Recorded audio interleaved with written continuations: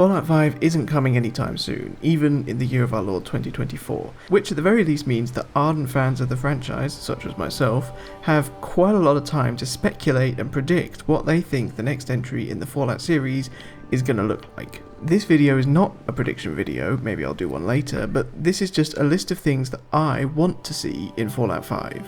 I don't think many of these are going to get into Fallout 5, but you know, we can only hope. Thing number one is weapon condition. So weapon condition is actually quite a major part of Fallout 3's gameplay, specifically in the context of survival. Now you might be saying Fallout 3 doesn't have survival, but I disagree. All survival really means from a game design context is a bar or two that you have to stay on top of, otherwise you suffer debuffs and eventually death. In the absence of, quotes, real survival meters, Fallout 3 uses weapon condition and ammunition as your survival meters. The things that prompt the player to explore and go further and further afield so you can find new weapons and new ammunition, or you can find people who can fix your weapons for you. For all intents and purposes, Fallout 3's weapon condition is its survival meter. It's the thing that you have to stay on top of, otherwise you die. Ammunition also acts as a survival meter, just maybe kind of a secondary one, because you can always use melee weapons. Still, being caught without a weapon in good condition makes you very vulnerable, just like having low survival meters in other modes makes you vulnerable as well. In Fallout New Vegas, weapon condition is still present, but it works slightly differently. Instead of being so much of a survival meter, especially because New Vegas actually has survival mechanics in hardcore mode, weapon condition in New Vegas basically acts as another drain on your money. Arguably, your money in New Vegas is the biggest survival meter of them all. It's much more important than it is in Fallout 3. There are quite a few ways to earn a lot of money, and having a huge amount of money is kind of important for the endgame. Having low weapon condition means you have to find somebody to fix your weapons, which in Fallout New Vegas is actually quite easy. The way in which Fallout New Vegas and Fallout 3 differ fundamentally is reflected in the way that weapon condition acts in the games, I think. When you come to Fallout 4 though, weapon condition is gone. All of your weapons, guns, knives, fat mans, whatever, they just last forever, regardless of anything. And personally, I think that's kind of a massive shame. It's a shame because Fallout 4 has an amazing junk economy system and amazing crafting mechanics. In fact, in retrospect, I think it's kind of incredible that they didn't include weapon condition or repair whatsoever, because it feels like it would fit so seamlessly into the junk economy system that it's kind of a no-brainer to me. If I had to guess at the reason why Bethesda didn't include survival mechanics in Fallout 4, it's because they were afraid of making the game too difficult for the casual player. That's probably also why they hid survival mode behind a gameplay update and a difficulty menu, rather than introducing survival mechanics into the base game.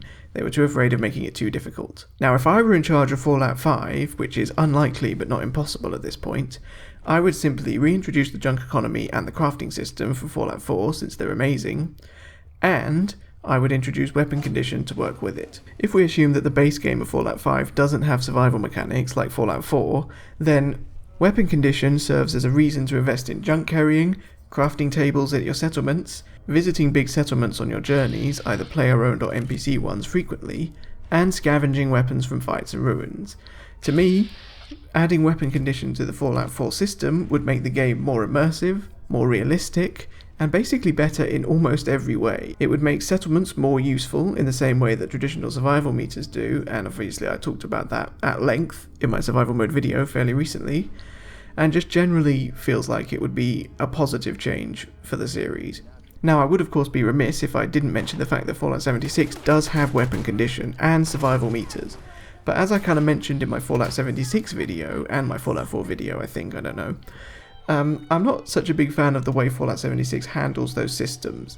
To me, instead of being an additional survival mechanic, weapon condition and stuff like that in Fallout 76 kind of just acts as another source of grind, which overall serves to make the game feel more like an MMORPG than a standard RPG. Arguably, that's just a consequence of the single player versus multiplayer aspect of Fallout 76, so I'm kind of hoping that it doesn't manifest in quite the same way in Fallout 5.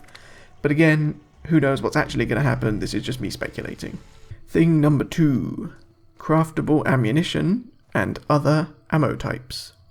Again, Fallout New Vegas got this right, in my opinion, because in Fallout New Vegas you can craft your own ammunition, And at higher levels and with some interesting perks, you can make alternative types of ammo for certain weapons. That being said, in New Vegas, making ammunition out of other ammunition is kind of annoying, and that's largely because they didn't have the junk economy system from Fallout 4. You basically had to disassemble your old ammunition at a reloading bench and use all the powders and the primers and the casings and stuff to make your own new weapons. Ammunition, rather. You can technically buy all of that stuff from certain shops, but generally speaking, the whole system was just kind of annoying, to be honest. It was laborious and generally irritating. That being said, making alternative ammunition for your guns was quite fun, or rather, having alternative ammunition for your guns. There were hollow point rounds for low armor enemies, and there were armor piercing rounds for enemies with higher armor. There were just loads of special and interesting ammo types, especially for shotguns. There's like the Fletchette rounds, the Dragon's Fire rounds, the slugs that stopped it from being kind of buckshot and turned it into a single massive bullet that did a huge amount of damage.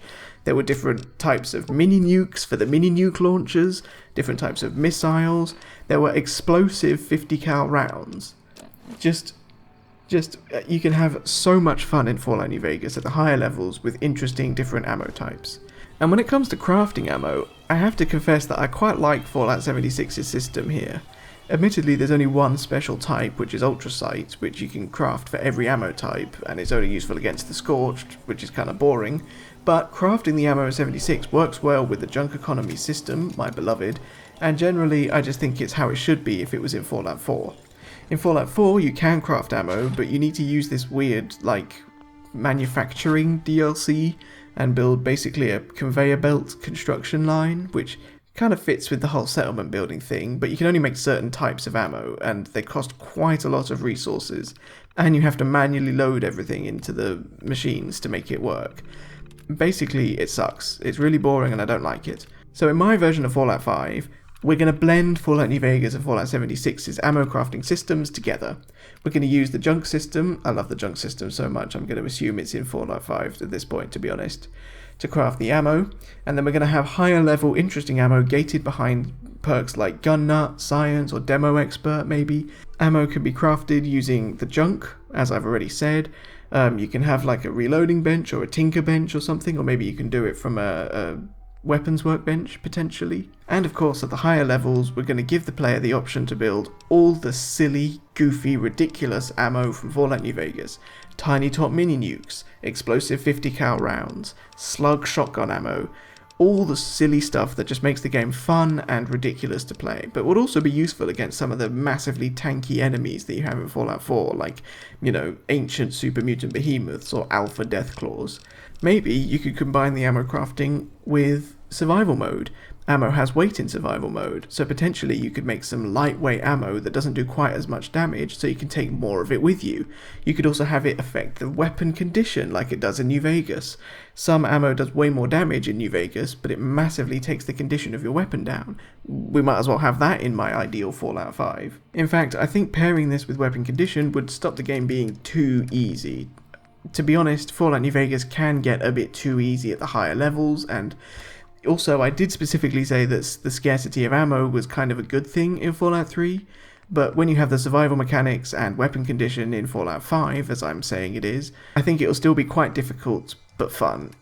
Obviously, I'm not actually a game designer, so I can't work out the specifics here, but balance is pretty key. Thing number 3, faction armor. Yes, it's another mechanic from Fallout New Vegas. In fact, I'm beginning to suspect that my ideal Fallout game is basically Fallout New Vegas with the junk system from Fallout 4. Yeah, that's it, actually. That would be an awesome game. Faction armor is cool, and in Fallout 4's generation of Fallout, we got extra armor slots rather than just body and head. So I think there's the potential for a more sophisticated disguise system, kind of like what we see in Outer Worlds. Not Outer Wilds. Outer Worlds. Outer Worlds was made by Obsidian, so it's hardly surprising to see that that's what they did to advance the faction armor mechanic. Each piece of armor can contribute a certain percentage to your disguise effectiveness. The torso and the helmet would obviously give you the most, especially if it's covering your face, and then each NPC from a given faction has a threshold that you need to beat in order to fool them. Low-level, basic, unnamed NPCs can be very easily fooled. You maybe only need 10 to 15% effectiveness, while higher-level named NPCs could be closer to 100% disguise needed to fool them. Maybe the leader of each faction can be above 100%, so they basically would never be fooled by your armor. Maybe if you're close but you don't quite meet the threshold, you could initiate a speech check to fool them verbally. They come up to you and say, "Hey, I don't recognize you," and then you could say, "Oh, but actually my name's blah blah," and then you get away with it. Higher charisma can unlock the ability to lower this threshold so you can fool people more easily. The logical extreme to this is that I think a character with Charisma 10 and the maxed out Disguise Master perk should be able to convince low-level grunts with 0 armor. Just their aura and swagger should be able to convince people that they deserve to be where they are. Obviously this would require a proper relationship system like we see in Fallout New Vegas, but I'm going to assume that that's going to be in the game. I also do like the idea of a more in-depth relationship system, kind of like Kenshi. Kenshi is this weird RPG game where you basically start from nothing and have to build yourself up to be as good as you can be. There's no objectives, no achievements, you just do whatever you want. And in that game, there are various factions who hate each other. Wearing a faction's armor in Kenshi doesn't actually fool the faction that the armor belongs to, but it does fool other factions. You can dress up as a member of a faction friendly to the one that you're trying to infiltrate. To bring it back to Fallout, let's take Fallout 4 as an example, you could maybe dress up as a member of the Minutemen in order to try and get close to the Brotherhood. Or in New Vegas, if you wanted to get close to the NCR, you could dress up as somebody working for Mr. House. Something like that. That kind of is the case in Fallout New Vegas, because if you dress up as a member of the NCR, the Legion will attack you on sight. I think that sort of thing, but expanded to be much more intricate and much more detailed, could be really, really fun to play around with. Finally, thing number 4, better radio stations that actually mean something. In my opinion, this is something that Fallout 3 does better than any other game, but no other Fallout game has done quite as well. That's a redundant statement. In Fallout 3, radio was introduced as a part of the shift to real-time gameplay, and in my opinion, it's completely genius. It becomes a major source of tone, specifically the central tone of the entire Fallout franchise, which is of course the blending of incredibly grim and bleak post-apocalyptic sci-fi with 1950s post-war Americana. That's post-World War II, not Great War, by the way. I'm sure almost every Fallout player remembers the first time that tone really struck them, realizing that they've been listening to 30s and 40s jazz standards while blowing the heads off super mutants and looting skeletons for ammo. It's basically Fallout's entire aesthetic. And yet in Fallout 3, the radio serves another purpose. Because it's home to Three Dog, a character relevant to the main quest, yes, but also arguably more relevant to the karma system. In lieu of a more detailed faction system, since there really aren't that many big factions in Fallout 3's Desolate Wasteland, Fallout 3 has the karma system, which definitely does have its flaws, don't get me wrong. Three Dog acts as a kind of moral compass for this karma system. He vehemently believes in fighting the good fight. He's basically the ultimate good in the Wasteland, according to the game. As a result, he becomes the game's way of letting the player keep track of their karma level without opening the Pip-Boy to check it in the menu. He is the in-universe karma meter. If you do a good thing and listen to the radio, Three Dog will praise you, he'll call you the friend from Vault 111, he'll heap praise upon you. If you do a bad thing, he'll admonish you, and he'll advise people to steer clear of you. He basically tells you off over the radio. In Fallout New Vegas, there is a similar thing, but it's not quite the same. Mr. New Vegas is on the radio, and he does tell you about things that happen in the Wasteland. He talks to you about the news, and he reports back to you on the things that you've done. But, and this kind of is going to sound like a strange complaint given the state of the world at the moment, I think Mr. New Vegas is just too impartial. Firstly of all, he's not actually a real person, he's an AI run by Mr. House, and that means that you can't actually meet him and talk to him in the real world, which kind of reduces the emotional impact of the things that he says.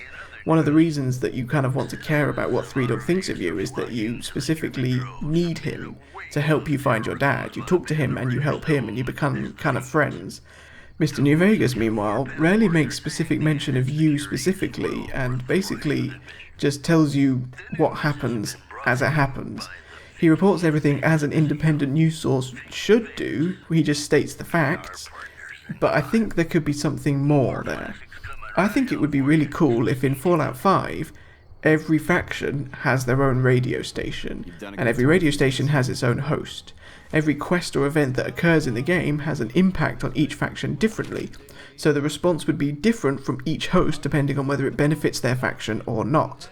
Again, let's say in Fallout New Vegas that the Legion and the NCR run their own radio stations, broadcasting propaganda over the airwaves to the people of the wasteland, trying to convince people that the Legion are the good people or that the NCR are the good guys. Then let's say that you resolve the quest for Nelson, a town that's being fought over by both the NCR and the Legion. You can choose to resolve this in favour of either faction, but if you choose to side with the Legion, then the NCR will get on the radio and decry it as a terrible tragedy, and they'll call you out as a traitor specifically. If you side with the NCR, then the Legion will do that. The faction that you side with will heap praise upon you over the radio and call you a hero. I think we could go even further with this though. Every radio station could have its own selection of music which would reflect the personality or the ideals of that faction. Maybe the Brotherhood of Steel would have more kind of military music, whereas another more rebellious faction made up of raiders might have more kind of punk rock and like slightly, well, punk rock's maybe slightly anachronistic for Fallout 5, but maybe, you know, slightly harder, looser, wilder swing songs as opposed to the more sort of stern, dour music that the Brotherhood would listen to. That way you can kind of slightly base the faction that you choose to side with on your own personal music taste. And let's go even further than that. Let's add a brand new collectible item. Radio music discs. They can be holotapes, they can be vinyl, whatever.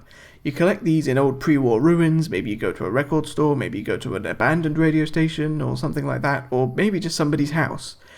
Then, whenever you go to your favourite faction's radio station, you can cash in those vinyl music discs to the DJ, you'll earn reputation for this, and that song will enter the rotation for the radio station. This encourages you to give music to the faction that you like, which will boost your reputation with them, and it will encourage you to listen to the radio station of the faction that you like because you'll have all the favourite music that you want to listen to on that radio station. That means that you'll be more exposed to their propaganda and you'll be more likely to fall kind of deeper down the rabbit hole of siding with that particular faction. But let's take this even further. Let's say that you don't want to side with a faction. Let's say you want the yes man ending, for want of a better word. Tucked away in a hidden corner of the map, there'll be a ruined radio station that before the war was being run by an AI. Maybe it was an experiment by one of the big companies. Maybe there's somebody waiting outside trying to turn the power back on so that he can have radio without propaganda. Complete a fairly difficult quest to turn the power back on, and suddenly you've got a customizable radio station, free of radio hosts, free of propaganda, that you can give all the music to basically customize the music that you want to listen to. It's basically like having a playlist in the Fallout universe. Now, I am under no illusion that every Fallout player will simply go straight to the radio station after their first playthrough, the automated one, but maybe we could have certain songs that are exclusive to each radio station, so that you have to listen to a certain faction's radio if you want to hear a certain song. Personally, I just think that the radio station should be utilised far more in the Fallout franchise than it has been. Technically, Fallout 4 did have a little bit of this, because 3 of the 4 major factions do technically broadcast on the radio. The Minutemen have Radio Freedom once you liberate the castle, the Minutemen have their sort of military broadcast, and the Institute technically are broadcasting the classical radio that you used to teleport into them, spoiler alert, but that's it. They don't really do anything else. The music on the Radio Freedom is pretty terrible. The Brotherhood don't play any music at all. They basically have a nameless, personality-devoid NPC who tells you missions and stuff. That's all that radio station is ever used for. I just feel like it would be so much more fun if there was somebody you could actually go to and say, this is the person talking to me over the radio from the Brotherhood, just like you have in Diamond City, which is again kind of ironic because Diamond City isn't a faction you can actually align with. It's just a random settlement. But that's just my thoughts. And that's really it, to be honest. That's my ideal Fallout 5. Basically, it's halfway between Fallout New Vegas and Fallout 4, and with just a sprinkling of Fallout 3 on top. Thank you for watching this video. If you think that something should be in Fallout 5 that I've missed out, let me know in the comments. If you want to see some more Fallout content, then I'm currently running this Fallout 4 King of the Commonwealth series, where I try and take over every settlement in the Commonwealth and get them all running at the same time. It's proving quite difficult. And let me know what other sort of Fallout videos I should be making in the future. Thank you again very much for watching. Oh, and don't forget that if you want to become a member of the channel, then you get to see all the videos that I make, including this one, although that's technically redundant because if you're seeing this and you're not a member, then it's already expired. Anyway, you'll get to see all videos, including video essays like this, at least one day early. Probably more like 3 or 4 days, maybe even a week for big videos like this. To all my members who have already supported the channel, thank you very much. It's very much appreciated. And yeah, thanks for watching, and I'll see you in another video. Bye-bye.